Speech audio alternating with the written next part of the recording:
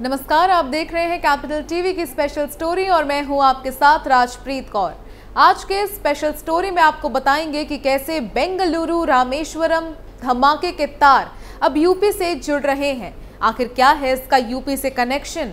आखिर कौन है ये मौलाना जिसे एनआईए ने धर दबोचा है? आज के स्पेशल स्टोरी में इन्हीं सब राजों से पर्दा उठाएंगे और इसी मामले पर विस्तार से बात करेंगे। तो बिना देरी किए चलिए शुरुआत करते हैं। यूपी से जुड़े रामेश्वरम धमाके के तार, मौलाना को एनआईए ने दबोचा, विदेश जाने की कर रहा था तैयारी।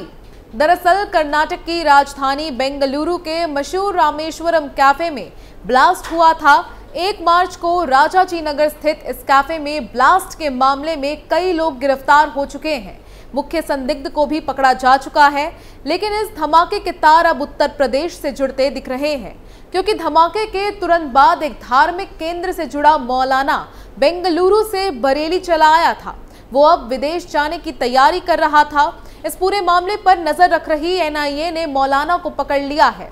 ये मामला बरेली के भोजीपुरा थाना इलाके में स्थित गौरा टांडा की मस्जिद से जुड़ा है, जहां से एनआईए ने एक मौलाना को पूछताछ के लिए पकड़ा।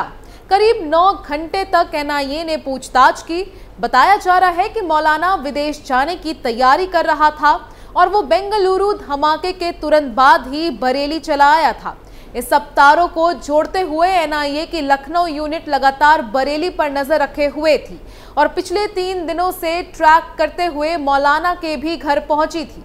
मीडिया रिपोर्ट्स के मुताबिक बरेली में बुधवार यानी कि 27 मार्च 2024 की सुबह एनआईए की टीम स्थानीय पुलिस और नायब तहसीलदार को लेकर मौलाना के घर पहुंच गई, लेकिन वो घर पर नहीं था।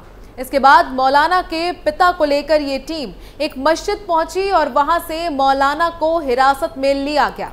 बताया जा रहा है कि मौलाना की भूमिका संदिग्ध पाई गई है, जिसके बाद ये पूछताछ की गई। हालांकि अभी मौलाना को आधिकारिक तौर पर गिरफ्तार नहीं किया गया है, बल्कि 9 घंटे की पूछताछ के बाद घर जाने के लिए बोला गया। साथ ही ये हिदायत दी गई कि वो भागने की कोशिश ना करे और जांच में सहयोग करे।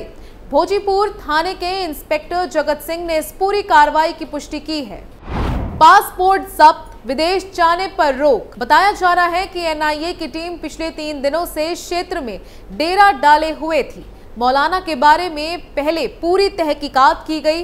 मौलाना के घर में ही होने की पुष्टि के बाद टीम ने छापेमारी की। टीम ने मौलाना का मोबाइल फोन और जरूरी दस्तावेज कब्जे में लिए हैं। मोबाइल फोन की कॉल डिटेल्स खंगालने की बात कही जा रही है। सूत्रों की माने तो पासपोर्ट जब्त कर मौलाना के विदेश जाने पर भी पाबंदी लगा दी गई है।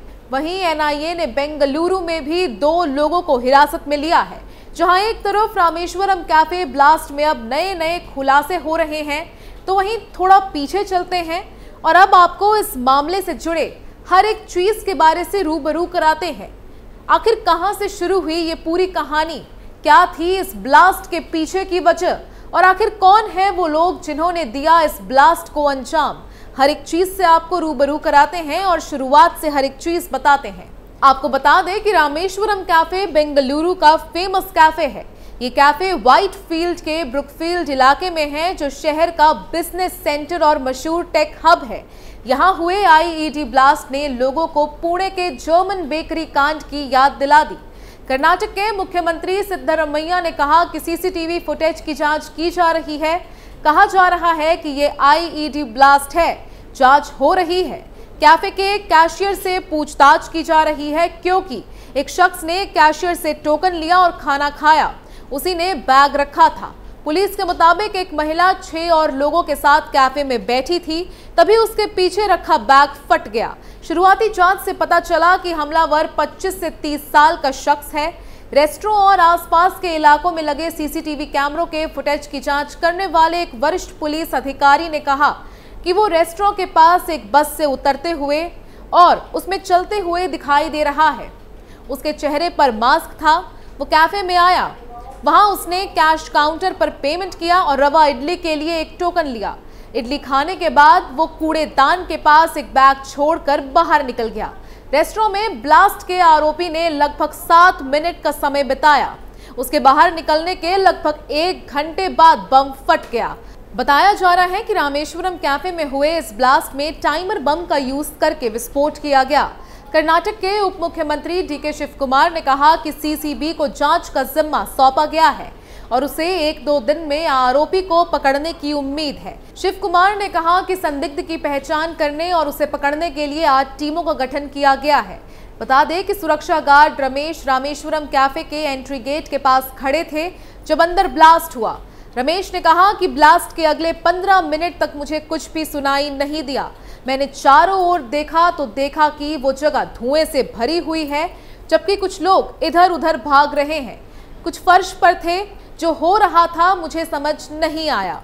वहीं एक स्थानीय फर्म के कर्मचारी शबरीश ने कहा कि हम सहयोगियों ने दोपहर के भोजन की योजना बनाई थी और कुछ अन्य लोगों के आने का इंतजार कर रहे थे।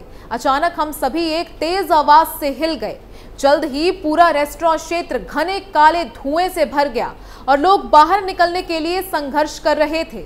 हम में से कुछ लोग रेस्टोरेंट की ओर दौड़े और देखा कि ग्रेनाइट के फर्श के छोटे टुकड़े फट गए थे और कांच के पैनल और दीवार से टकरा गए थे। हर तरफ धुआं भरा हुआ था। कुछ ग्राहकों और कर्मचारियों को खून बह रहा था। हमने ऑटो की व्यवस्था करके उन्हें अस्पताल पहुंचाया। वहीं इस मामले में ये भी सामने आया था कि रामेश्वरम कैफे में हुए ब्लास्ट के आरोपियों की पहचान अब कर ली गई है। जी हां, बेंगलुरु के रामेश्वरम कैफे में हुए ब्लास्ट के आरोपी की पहचान कर ली गई है।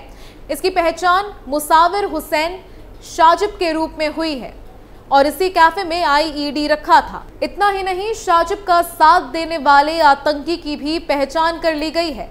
उसका नाम अब्दुल माथेरन ताहा है। दोनों कर्नाटक के शिवमोगा जिले के तीर्थहल्ली के निवासी हैं और आईएसआईएस के शिवमोगा मॉड्यूल से जुड़े हैं। राष्ट्रीय जांच एजेंसी यानी कि एनआईए ने दोनों के ऊपर 3-3 लाख का इनाम रखा है। दोनों कर्नाटक में साल 2020 में हुए एक आतंकी घटना में वांटेड हैं।